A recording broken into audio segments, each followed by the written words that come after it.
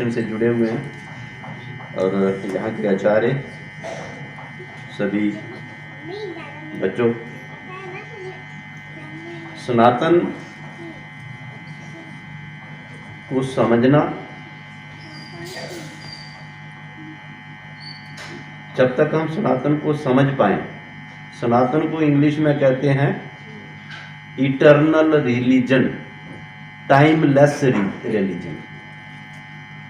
हम इस दुनिया में रहते हैं, ये टाइम जोन है, यहाँ घड़ी चलती है।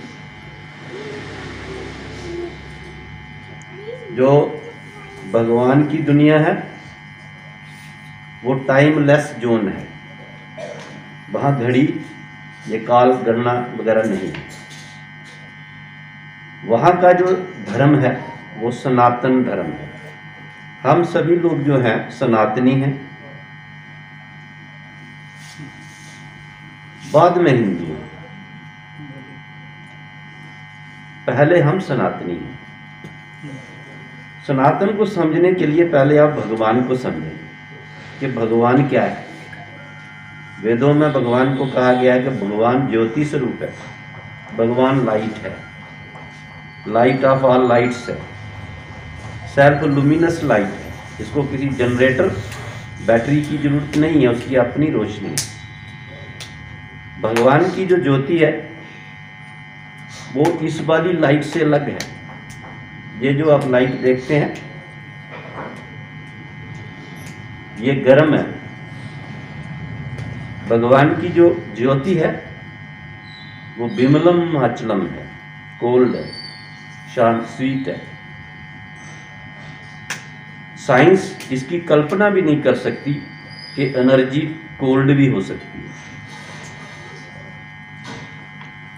ये तारों पर चलती है, पोल से पोल पर चलती है। जो भगवान की ज्योत है वो अचल है। जो चीज अचल होगी वही आमनी प्रेजेंट होगी, हर जगह विद्यमान वही हो सकती है। उस ज्योति को कहा गया है वो कॉस्मिक इंटेलिजेंट एनर्जी है। उसको कहते हैं ज्ञान स्वरूप है, उसमें सारा ज्ञान है। वो कुछ भी बना सकती है, कुछ भी डिसॉल्व कर सकती है। तो भगवान जो है, जो भगवान की कल्पना की गई है, भगवान की कल्पना ये की गई है कि भगवान बियॉन्ड है, बियॉन्ड, सृष्टि से परे है, सृष्टि की कल्पना से बाहर है भगवान। और भगवान को कोई आला नहीं है जो उसको मेजरमेंट कर लेगा। ऐसा कोई इंस्ट्रूमेंट नहीं बना जो भगवान को मेजरमेंट कर लेगा। भगवान दो विषयों का सब्जेक्ट है, फीलिंग और एक्सपीरियंस, और ये दोनों अंदर ही होती हैं। फील करो और एक्सपीरियंस करो तो वो भगवान है। आपको पता है एक पीछे एक एक्सपेरिमेंट हुआ, God particle, Higgs particle. God particle का जो एक्सपेरिमेंट हुआ, उन्होंने कहा, उन्होंने पहले तो एक टनल बनाई अंडरग्राउंड, उस टनल में एक विस्फोट करवाया, न्यूक्लियर विस्फोट, और कहा कि 1 सेकंड के 100वें भाग में एक स्पार्क निकलती है, लाइट, जो गॉड पार्टिकल है, जिससे ये सारी सृष्टि बनी है, जो सृष्टि का सब्सटेंस है। उसको किसी ने देखा नहीं, उसको बड़ी बड़ी कैमरे लगाए थे, प्लाज्मा स्क्रीन लगाई थी, उस पर फोटोग्राफ ले लिया गॉड पार्टिकल का। साइंस भगवान को ऐसे समझी और कहा ये ब्लू डॉट है, नील बिंदु है। तो ये नील बिंदु हमारे अंदर ही है, जहां हमने तिलक लगाया। तिलक हम इसीलिए लगाते हैं, जिसको थर्ड आई कहते हैं, दशम द्वार कहते हैं। तो ये इसकी महत्ता है। मुझे बहुत खुशी हुई, जम्मू से मैं इसकी कल्पना नहीं कर सकता था कि यहाँ का जो चूड़ामणि संस्कृत संस्थान है वो क्या काम कर रहा हो, उसकी कंट्रीब्यूशन क्या हो। आज बड़ी प्रसन्नता हुई ये देख के कि हम जो संस्कार डाल रहे हैं, संस्कृत को देववाणी कहा गया है, ये देवों की भाषा है। और ये म्यूजिकल है, जिसको आप बोलेंगे तो जैसे ही म्यूजिक, जैसे आदमी गाना गाता है तो वैसे ही उच्चारण होता है इसका। इसको कहा गया है कि ये कंप्यूटर के लिए सबसे बेस्ट लैंग्वेज है। इसका व्याकरण जो है वो कंप्यूटर के लिए सबसे बेस्ट। अब ये रिसर्च हो गई। और आपको मैं ये भी बता दूं, दुनिया की सबसे बड़ी संस्कृत लाइब्रेरी जर्मनी में है। हमारी ये जो धरोहर है, ये जो हमारी ये संस्था चूड़ामणि संस्था ये जो काम कर रही है, मैं ये समझता हूँ कि ये बहुत बड़ा कार्य है। हम दोबारा उस सिस्टम को वापस ला रहे हैं, अपने बच्चों में ये संस्कार डाल रहे हैं। आप हमारी पोस्टेरिटी हो, आप हमारे आगे चल के आपने ही हमारी वैल्यूज़ को आगे लेना है। भगवान के बारे में मैं बस इतना ही कहूँगा, ज़्यादा नहीं करूँगा, कि वेदों में भगवान को कहा नेति नेति। जब भी आप संस्कृत के श्लोक पढ़ते हैं बाद में लिखा होता है नेति नेति, ना इति, नो एंड, नो एंड। इसका कोई एंड ही नहीं, इसको आप डिस्क्राइब नहीं कर सकते। जो हमारा धर्म है उसको बाद में कह दिया नेति नेति। एक चाइनीज सेंट हुए लाओ जू, तो वो वहाँ पर बड़े मशहूर थे। तो उनका मन किया कि चलो हिमालय में अब तपस्या करेंगे, तो चल पड़े। लोगों ने राजा से शिकायत की, ये भाग गया, ये चोरी करके ले गया सब कुछ, तो इसको वापस लाओ। तो कहीं से पकड़ के सिपाही भेजे, लाओ जू को वापस लाया। लाओ जू को वापस लाया तो उसने कहा मेरा क्या कसूर है। उसने कहा तूने चोरी की है, तू सारा ज्ञान अपने साथ ही लेके जा रहा है, तो हमें कुछ ज्ञान दे दो। राजा ने कहा कि हमें कुछ ज्ञान दे दो। उसने कहा अच्छा कोई बात नहीं। तो उसने एक छोटी सी किताब लिखी, उसके कोई 18 श्लोक कहूँगा मैं, जो उनकी चाइनीज लैंग्वेज में। उसमें जो उसने पहली बात लिखी, उसने कहा गॉड इज हाफ नोन। भगवान के बारे में आधा ही जाना जा सकता है। फिर कहा what is known is half written. जिसने उसको देखा वो आधा ही लिख सकता है। उसके लिए कोई लैंग्वेज, कोई शब्दावली, टर्मिनोलॉजी इतनी है ही नहीं कि वो आधे को भी लिख पाए। तो आधे से आधा ही लिखते हैं हम। ये जो वेदों में, पुराणों में जितने भी ग्रंथ हुए, जिसके भी ग्रंथ हैं, तो उसमें जो भगवान के बारे में लिखा है वो 25% है। 75% जो सब्जेक्ट है वो फीलिंग और एक्सपीरियंस का है। ये बात मैं आप लोगों से इसलिए उचित समझता हूँ करना कि आप लोग, ये जो बच्चे हमारे हैं, आगे चल के पंडित बनेंगे। अपना नाम होगा आप लोगों का, लेकिन पंडित बनने के लिए कुछ चीज़ें जो हैं वो बहुत ज़रूरी हैं। अच्छा चाल चलन, गुड कैरेक्टर,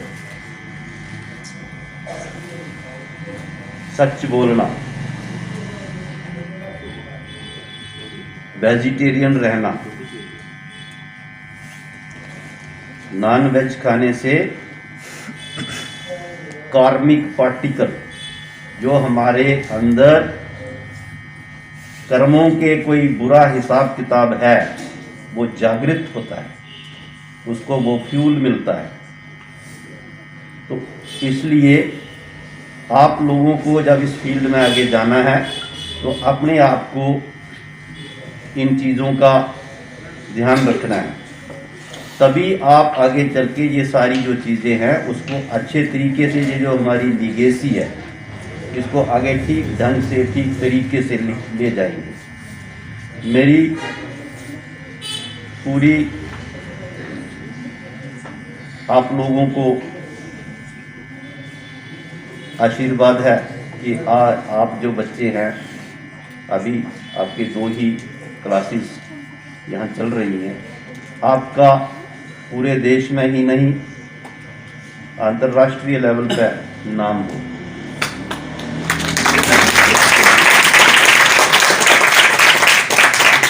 जहाँ से ऐसी प्रोडक्ट निकले, ऐसे बच्चे निकलें जिसका देश विदेश में नाम हो। जैसे IIT से बच्चा निकलता है, कहते हैं कि उसको 2 करोड़ की तनख्वाह मिल रही है निकलते ही। यहाँ पर मैं ये मानूंगा कि जहाँ से जो बच्चा निकले उसका देश विदेश में, चाहे कर्मकांड हो, ज्योतिष हो, शास्त्रार्थ हो, उसमें नाम हो। तो इसके लिए हमारा आप लोगों को आशीर्वाद है। एक लास्ट में ये मैं बात कहूँगा, ये संस्कृत, क्योंकि हम मैं उर्दू नहीं हूँ, मैं हिंदी नहीं हूँ, मैं उर्दू नहीं हूँ, और फिर बाद में ज़्यादा कमांड इंग्लिश की है। तो अपने दिनचर्या में संस्कृत के शब्दों का इस्तेमाल जरूर करें। सुखी भव, आशीर्वाद किसी को देना है तो ऐसे ऐसे शब्दों का जरूर इस्तेमाल करें। आपस में जब आपस में बात करें तो एक दूसरे को संबोधन करें तो बीच बीच में संस्कृत के शब्दों का इस्तेमाल, सेंटेंसेस का इस्तेमाल जरूर करें, और ये अपने घर में भी इसका समावेश करें, ताकि सही तरीके से संस्कृत का प्रचार प्रसार विस्तार तभी हो पाएगा जब हम संस्कृत को अच्छे तरीके से समझ पाएंगे। एक मैं आपको लास्ट में एक बात बताता हूँ कि जब रामायण का अवधि में ट्रांसलेशन किया तुलसीदास जी ने, उस टाइम बड़ा विरोध हुआ था, कहा गया है देववाणी को बेच रहा है। तो चलो जो भी हुआ, लेकिन मैं आपको ये बता दूं कि तुलसीदास जी ने जो रामायण लिखी, उसके बाद उस पर जो शोध कार्य हुआ है, उस पर यह कहा गया है, इसकी जो पोइट्री है, इस पोइट्री में कहीं एक मात्रा का भी इम्बैलेंस नहीं है। जब हम संगीत सुनते हैं तो उसमें मात्राएं का हिसाब होता है, ऐसे ऐसे। तो कहा गया है कि वो जो उसके जो शब्द हैं, जो लिखा गया है, उसमें भी किसी एक आधी मात्रा का भी इम्बैलेंस नहीं है, सुरमयी है। तो हमारा जो लिटरेचर है, जितनी भी हमारी किताबें हैं, वो किसी भी धर्म में नहीं है ऐसी, इतनी अच्छी तरीके से जो वेद नहीं समझते उनको जो बाकी कहानियां हैं वहीं से समझ आ जाती है। और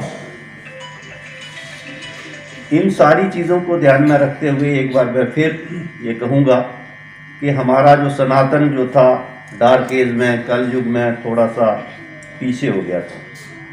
सनातन को इतना हम अपने आप को गौरवान्वित नहीं मानते थे। आज सनातन दोबारा जागृत हुआ है, उसकी पहचान हुई। पहचान इसलिए नहीं हुई कि सनातन हमारा है, पहचान हमारी इसलिए हुई कि सनातन ही शाश्वत है, यही टिकेगा, यही रहेगा। छोटी छोटी घटनाएं होती रहेंगी, लेकिन लास्ट में जो कहा गया है कि सारे जहां से अच्छा हिंदुस्तां हमारा, तो सारे जहां से अच्छा फिर लास्ट में सनातन ही रहेगा, क्योंकि सनातन की जो वैल्यूज हैं वो बड़ी हाई हैं। मैं एक और बात आपसे जरूर शेयर करना चाहूँगा कि सभी धर्मों ने कुछ बातें कही हुई हैं। हमारे में हम कहते हैं महापाप, अंग्रेज उसको कहते हैं बिग सिन, हमारी मुस्लिम बरादरी उसको कहती है गुनाह कबीरा। तो महापाप क्या है? महापाप में कोई बड़ी चीजें नहीं है। महापाप में 4-5 चीजों का अपना ध्यान रखना है। मित्र धर्म नवाना और मित्र घात करना महापाप है। मित्र धर्म नवाना पुण्य फल है। तो मित्र घात नहीं करना कभी भी। अभी आपके मन में ये बातें डाल दी जाएंगी तो आज आगे चल के आप अच्छे लोग बनेंगे। एक हो गया मित्र घात, दूसरा हो गया अमानत खाना। किसी की अमानत खाना वो नहीं करनी चाहिए, ऐसा काम नहीं करना चाहिए। तीसरे नंबर पे लांछन लगाना, किसी पे फॉल्स एलिगेशन, झूठा इल्जाम लगाना। चौथे नंबर पे झूठा वादा करना, फॉल्स प्रॉमिस करना, तेरी नौकरी लगा दूंगा। गुरु से धोखा करना, गुरु संसारिक भी हो सकता है, गुरु स्पिरिचुअल भी हो सकता है, लेकिन गुरु तत्व है, ये याद रखना। गुरु तत्व है, आकाश में, ईथर में तत्व के रूप में गुरु एग्जिस्ट रहता है। गुरु को धोखा करना जो है, इन चीजों की माफी नहीं है। प्रायश्चित करके माफी हो सकती है, गुरु के आशीर्वाद से माफी हो सकती है, लेकिन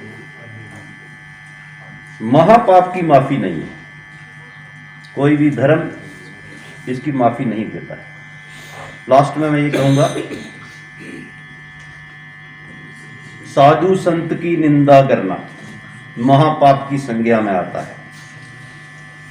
उनके लिए उनका अपना सिस्टम है, उसको हम संसारिक लोगों को निंदा करने का अधिकार नहीं है।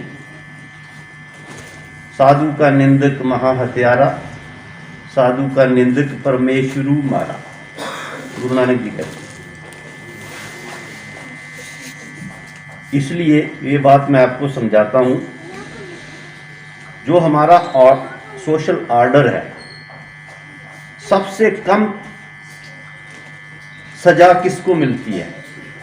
नौकर को, चपड़ासी को। उससे ज्यादा मालिक को, उसके ज्यादा ऑफिसर को, उससे ज्यादा राजे को। अगर राजा गलती करेगा उसको बहुत बड़ी सजा मिलेगी, उसकी इंटेंसिटी, ग्रेविटी बहुत हाई होगी। उससे ज्यादा साधु को, जो सबका मार्गदर्शन करता है। तो इसलिए मैं ये बात आपको इसलिए कह रहा था कि साधु संतों की दुनिया में हस्तक्षेप करना हमारा अधिकार नहीं। जिसने चोला डाला है वो सब पूजनीय है। इन्हीं शब्दों के साथ मैं आप सभी लोगों का धन्यवाद करता हूँ। आपने हमें यहाँ बुला के मौका दिया।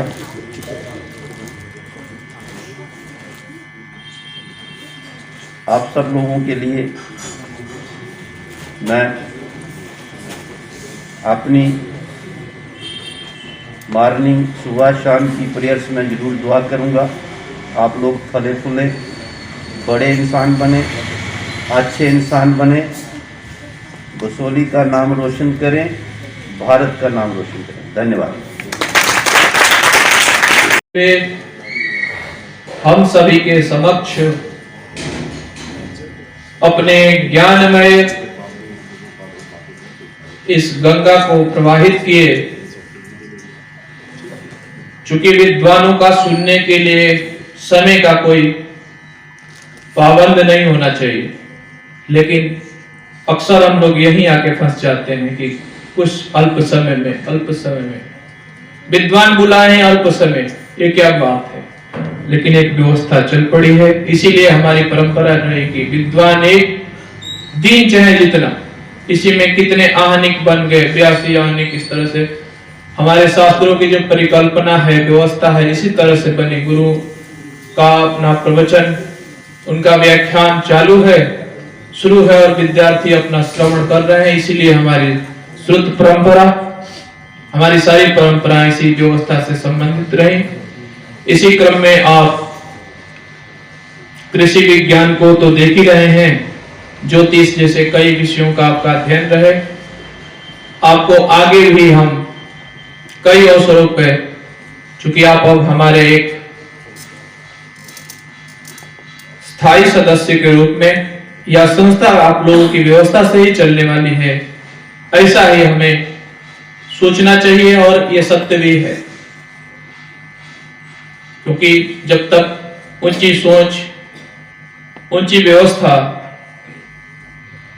और उच्च विचार वाले लोग इस तरह की संस्थाओं के साथ नहीं जुड़ेंगे, तब तक ये अपने उस संकल्प को नहीं प्राप्त कर पाएगा जो इसे यथाशीघ्र चाहिए।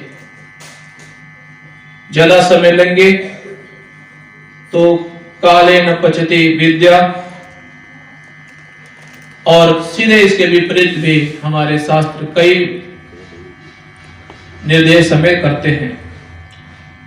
चूंकि हमारे पास विद्वानों की एक श्रृंखला है, इसी क्रम में जम्मू कश्मीर में संस्कृत को एक उच्च शिक्षा के रूप में आगे बढ़ाने में एवं संस्कृत भाषा को आधुनिकता के साथ जोड़ करके कई ऐप के माध्यम से और भी बहुत सी तकनीकी के प्रयोग से आपने समाज को एक ज्ञान का स्वरूप प्रदान किया है।